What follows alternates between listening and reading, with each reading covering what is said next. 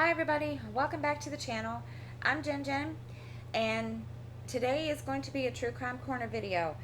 I know it's been 3 weeks, but I'm going to give you guys a little update before we get into this and just tell you what's been going on. Those of you that don't know, I have been, oh boy, it's been busy. We have new flooring. That's one reason why why I haven't done True Crime Corner video in 3 weeks. And not only that, I kind of forgot. I kind of didn't plan it, even though I did. Does that make sense? And anyway, I had it all planned out, and then life kind of got in the way. I know life didn't get in the way for the other videos, but I didn't kind of, I misplaced the research that I was going to do, or the research that I had done on this particular case, and I couldn't find it. Come to find out, I put it on my iPad, and I had to go get the iPad from little dude, and then copy down all the links that I had, and of course they weren't there. So we're just going to do this on the fly. So again, I apologize. So today's case is about Gary Ridgeway. He was also the Green River Killer. And again, I'm not doing this as a voiceover this time. I usually do, but kind of just, like I said, we're doing this, as a kind of on the fly thing because we are. Just don't know how else to tell you why.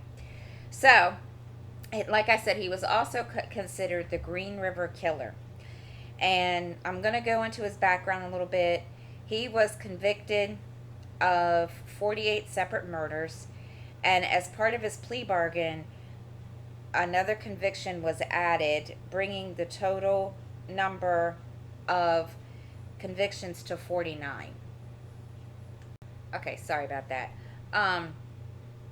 So now he, like he took a plea bargain, and he was then convicted for 49.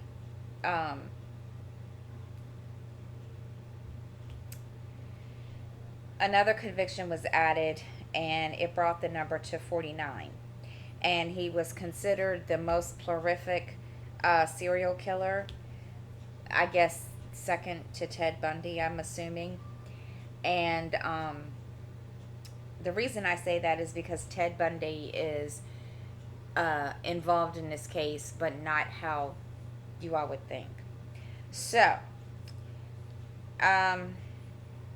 all his victims were alleged sex workers, prostitutes, whatever you want to call them. And I'm not, it doesn't really, the reason being was,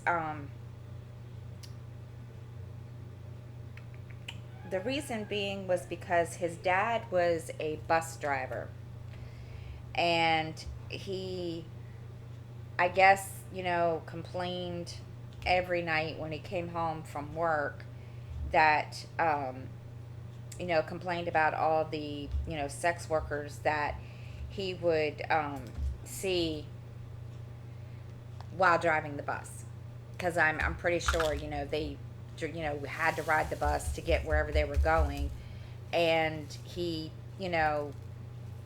his father complained about it. And so that's, what made him, I guess, start doing that, start killing them. Now, he was born in Salt Lake City in February of 1949 to Mary and Thomas Ridgeway. He was the second of 3 sons. Excuse me. And he,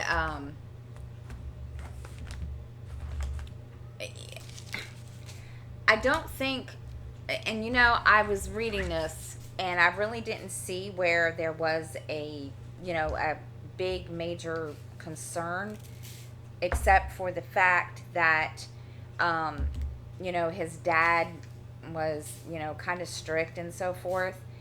And his home life, was troubled. His mother was domineering.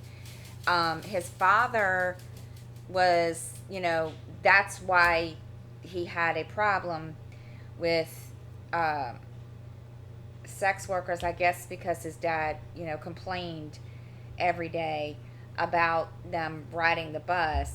I think that just kind of was ingrained into Gary when, when he was little. And he did have a bedwetting problem. And I don't know, there's a lot of people contribute that to, being abused and so forth. Now, it doesn't say that he was. Um, eh, well, yeah, it does. I guess you could say that this was considered, his mother, when he was 13, or excuse me, he had a bedwetting problem until he was 13. And after he would wet the bed, his mother would come in and literally um, wash him down in his private area after every time that he did this. So I guess that could be considered, abuse. But he did have issue, conflicting um, feelings of anger and a sexual attraction toward his mother, and he did fantasize about killing her.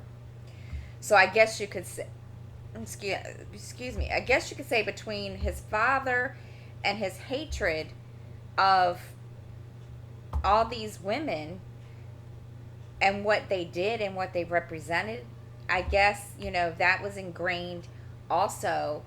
And it just kind of didn't help, Gary's home life. Obviously not. I mean, he did tell a psychiatrist that later on. Um, so now, not only that, he was lexic.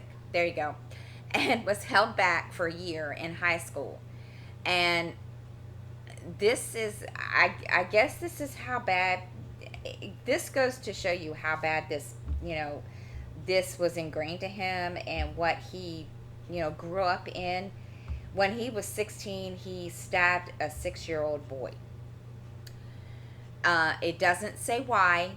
It just says that he stabbed him through the ribs into his liver. And his IQ was in the low 80s. And I don't know, what that really has to do with anything. So now his adult life, he graduated from high school. He married his 19-year-old high school girlfriend. And he joined the United States Navy, was sent to Vietnam, and he served on a supply ship and he saw combat. And during his time in the military, he did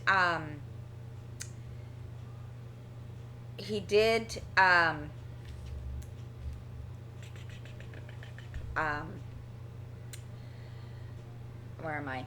He did have frequent sexual relations with sex workers, and he did he contracted gonorrhea.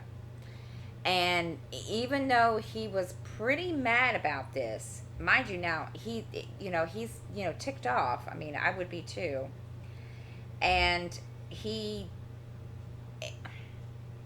continued having sexual relations without protection. Now, I don't know if it was with his wife or if he just continued to do this with, sex workers or whatever. But he obviously, yes, he might have been mad, but obviously he wasn't that mad. But he did continue, and his marriage ended within a year. of him getting married. So as you can see, he just, seems to me like he just didn't really care.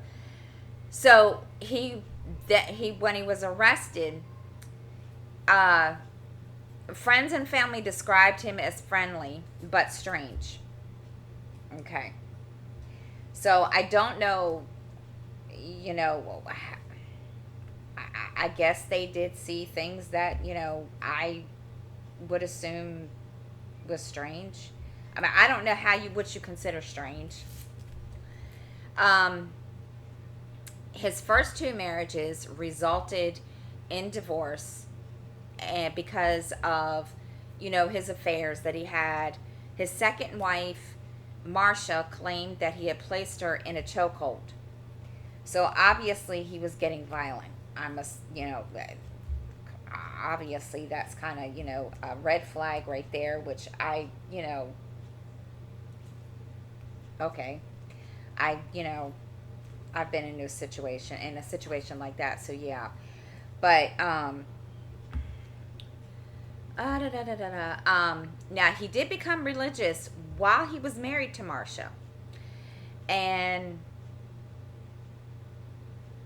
he went so far as to proselytizing door to door, reading the Bible aloud at work and at home, and insisting that his wife follow the strict teachings of their pastor. And he would frequently cry after sermons or reading the Bible. But despite all of that, he still would solicit services from prostitutes. And which I don't understand this. I mean, I don't know. And he would end up soliciting this, and then he would end up having sex in public and in inappropriate places, and then eventually it would be in areas where his victims' bodies were later discovered. And he also wanted his wife to participate, which I think is just kind of, whatever. To me, that's just, going a little too far. But, again, like I said, you don't know. I don't know. Let's see. Okay. Now, according to the women that he had in his life, his 3 ex-wives, his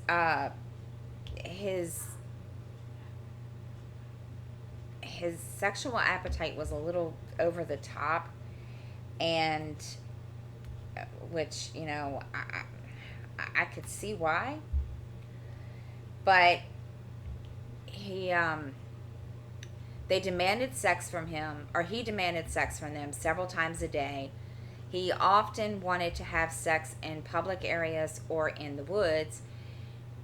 He even admitted that he had a fixation with, sex workers, and he had a love-hate relationship. He complained about their presence in his neighborhood, but again, he took advantages of the services regularly, even though, he had contracted a sexually transmitted disease. Now, with his second wife, they had a son, and his name was Matthew. And it doesn't say anything else about him, he had a son. And so then throughout the 80s and 90s, he, was believed to at least have murdered 71 teenage girls and women in Seattle and, in Tacoma, Washington. So you can just imagine this guy, obviously, is doing all this while he's married 3 times and has a child. So that just makes me, gives me the creepy crawlies. But anyway, um, the majority of these murders took place between 1982 and 1984.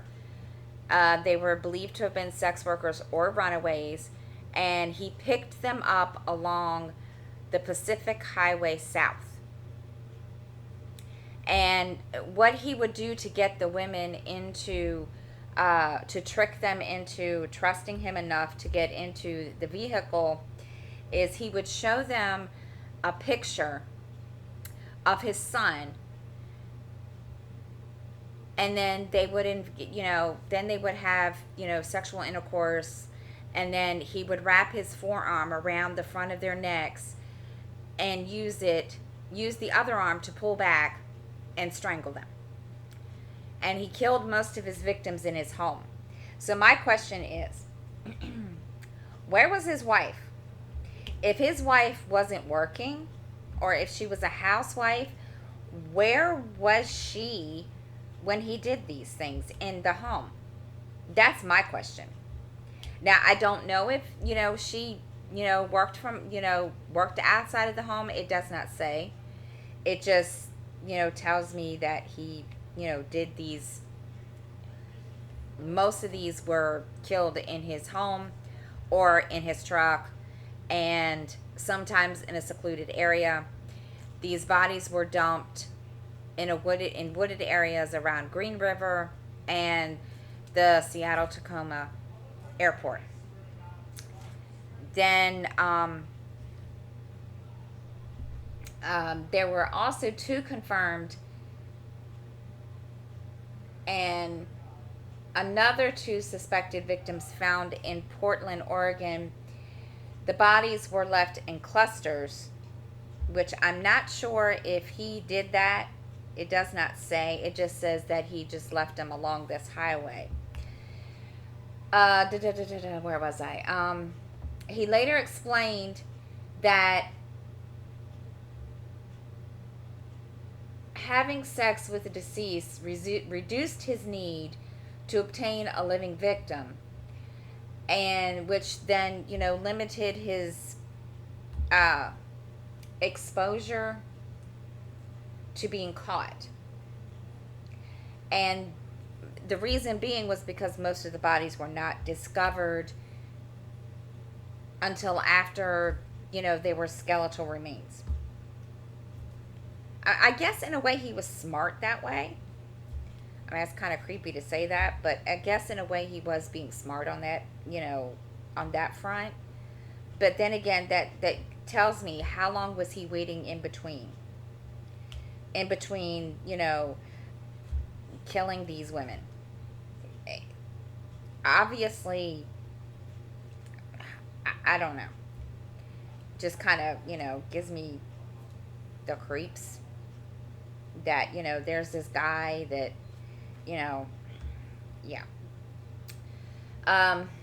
Now, he did occasionally contaminate the crime scenes with gum, cigarette butts, written materials that belonged to other people, and he even transported some of the bodies across into Oregon. So it was like, he was smart in that way of not wanting to get caught.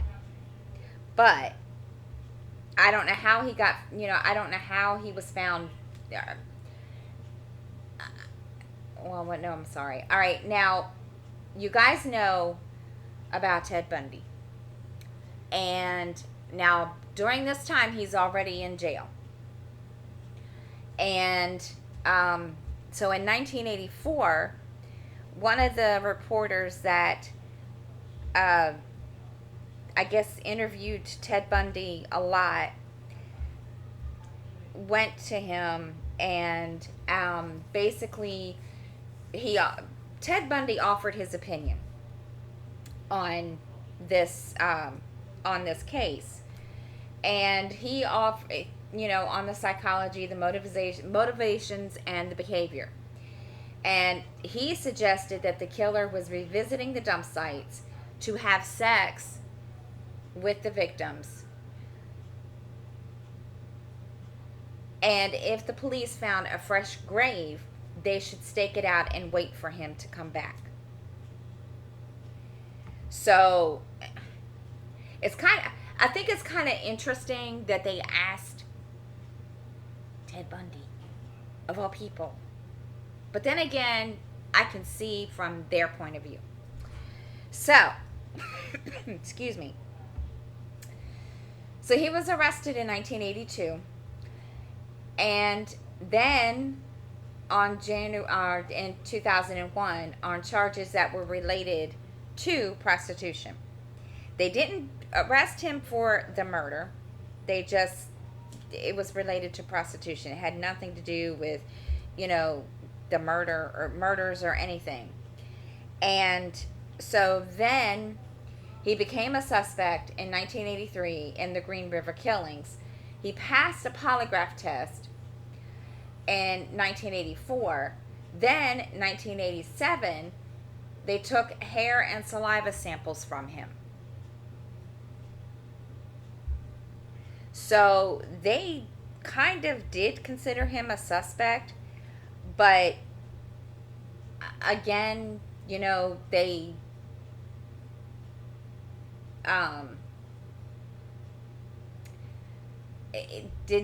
I don't think they really, charged him with anything until later. So now, during all of this, between the time that he had the polygraph test in 1984, and then between the 1984 and between 1987, he gets married again to Judith Mawson. Now, she became his third wife. And she claims in an interview in 2010 that when she moved into the house when they were dating, there was no carpet. And the detectives then later told her that Gary had wrapped a body with the carpet. So, yeah. Okay. In the same interview, she described that she would leave for work, or how he would leave for work early in the morning, and supposedly for overtime pay, or to work overtime. And she speculated that he must have committed some of the murders while working these early morning hours. So he did all this stuff, early morning. Now, it doesn't tell you how early in the morning. It just says early morning. I mean, that could be, anywhere from, 1, 2, 3 o'clock, 4 o'clock in the morning to, 7, 8 o'clock in the morning. So, yeah. And that she also said that she did not suspect him before she was contacted in 1987 by authorities.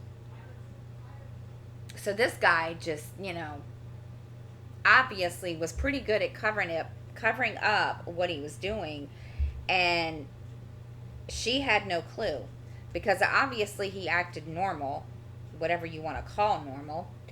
So now he was interviewed in prison by an author, and Gary said that while he was in his relationship with Mawson, his kill rate had gone down a lot. So I'm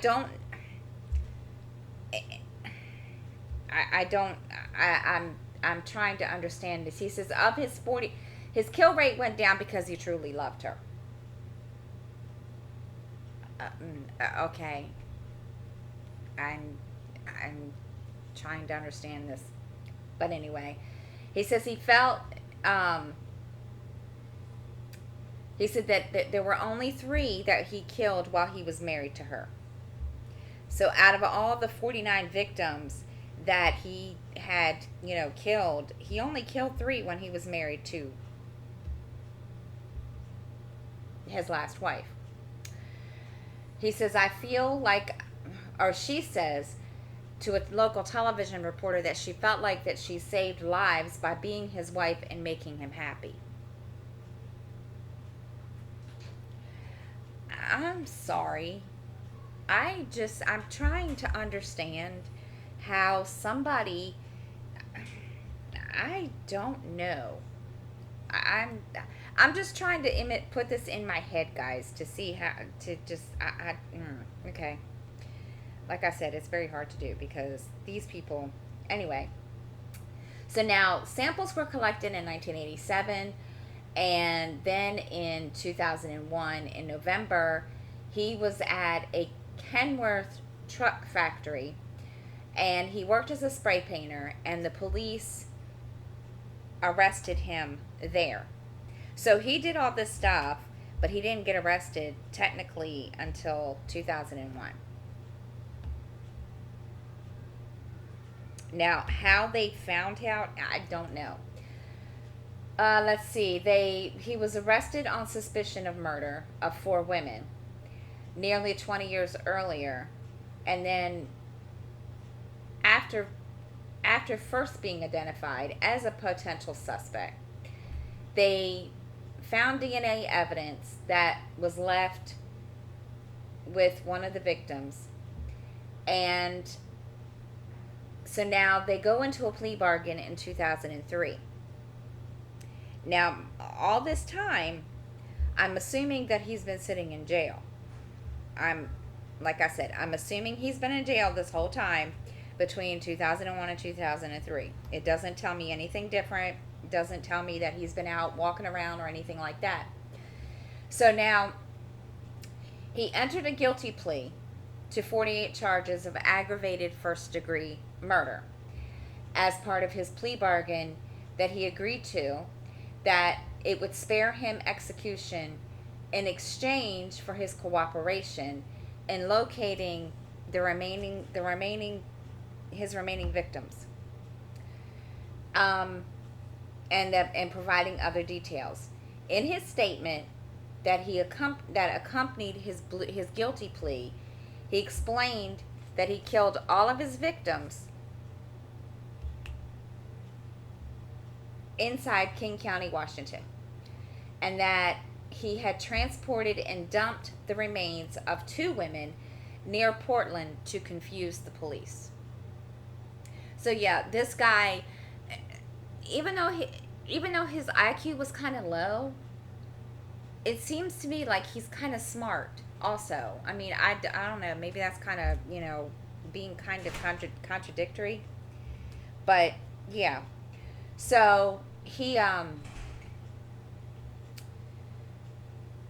noted, or now the deputy prosecutor noted in court that the deal contained the names of 41 victims who would not be the subject of State versus Ridgeway if it were not for the plea agreement.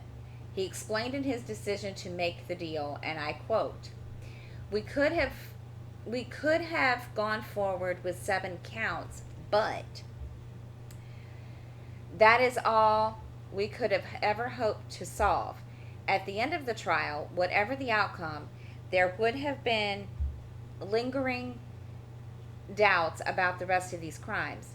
This agreement was the avenue of the truth, to the truth, and in the end, the search for the truth is still why we have a criminal justice system. And then he says, Gary Ridgway does not deserve our mercy. He does not deserve to live. The mercy provided by today's resolution is not directed at Ridgway, but towards the families who have suffered. So, yeah. And like I said, it doesn't tell you his demeanor during the interrogation. It doesn't tell you anything like that. To me, as I was reading this and looking over this, it sounds to me like he was just trying to he acted like he was just having a regular conversation, I'm assuming, and that, he was talking about this like it was just, an everyday thing. He was sentenced to 48 life sentences with no possibility of parole. Let me get my next color. So this guy really wasn't getting out anytime soon. I'm telling you, this guy was just a piece of work. I was like, and I saw the picture of him. There's a picture of him. Let me tell you something. He doesn't look like somebody I would want to be talking to. Or if I see him on the street, I turn around and just like, get the heck out of Dodge. But, so he, he served, the sentences were to be served consecutively. And then, he was also sentenced to an additional 10 years. And this was for tampering with evidence. Now, I'm not sure what that meant, unless it meant what I told you guys earlier about how he would, put gum, cigarette butts, and things that belong to other people there at the crime scene. I'm assuming that's what they mean. And so, in all, he ended up with 480 years added to his 48 life sentences. That's a lot of years. So obviously he's still sitting in prison.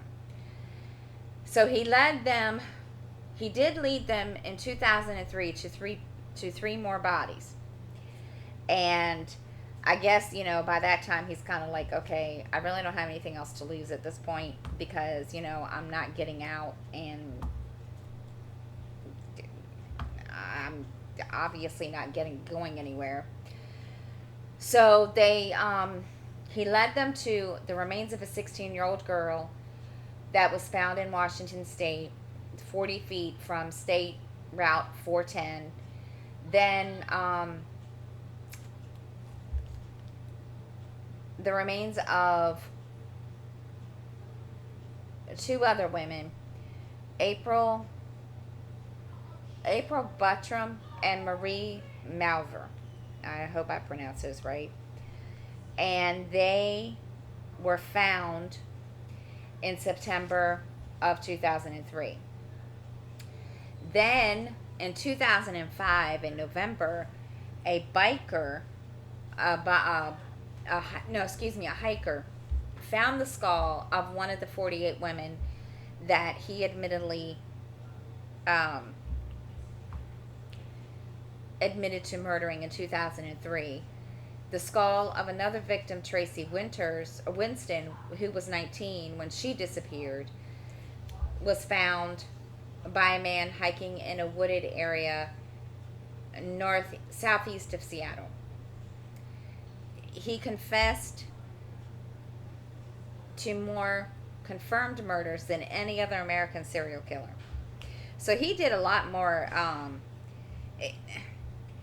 I don't know if, I don't know if he really actually, killed all those women, but it sounds to me like he did more murders than even Ted Bundy. And that's kind of, strange. Well, no, I don't want to say strange, but that kind of makes me go, okay. So, in 2004, in February, the county prosecutors did release videotape records of his confessions. In one of these interviews, he initially told the investigators that he was responsible for 65 murders. That's a lot. This is more than what he was originally charged with. That's a lot of women.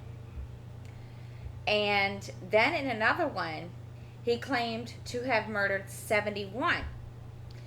And he confessed to having sex with them before killing them, which he didn't reveal until after he was sentenced. That's okay. He in his confession, he did acknowledge that he was targeting the sex workers, because they were easy to pick up and that he hated most of them. So this is where I'm trying, I get, like I said, I understand, his dad had a hatred for them and it got ingrained in him. But my thing is, if he truly, truly hated them, he would have just stayed away from them. But, this guy is not all, he's serial killer. So, yeah. Um,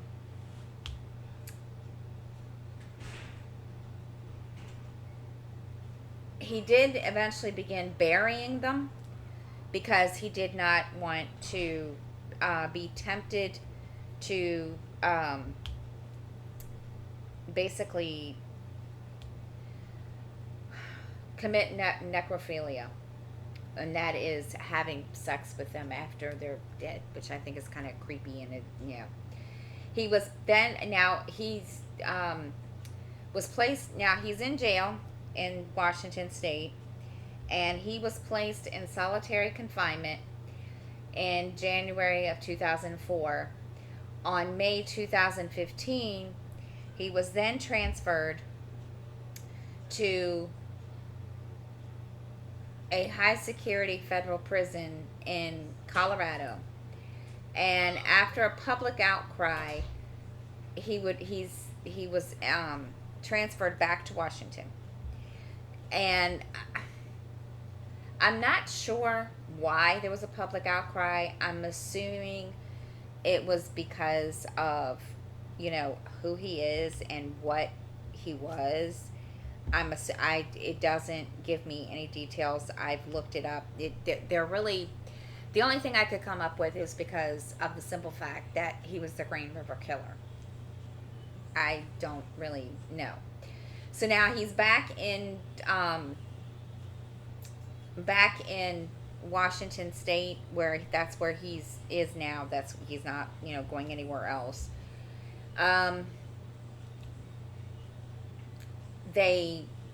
There was a lot of victims. I went through this. There are so many victims on this that it was just like, I was just looking and I was just like, holy crap.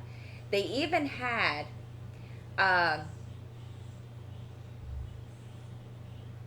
there were a couple other suspects, which I thought was kind of interesting.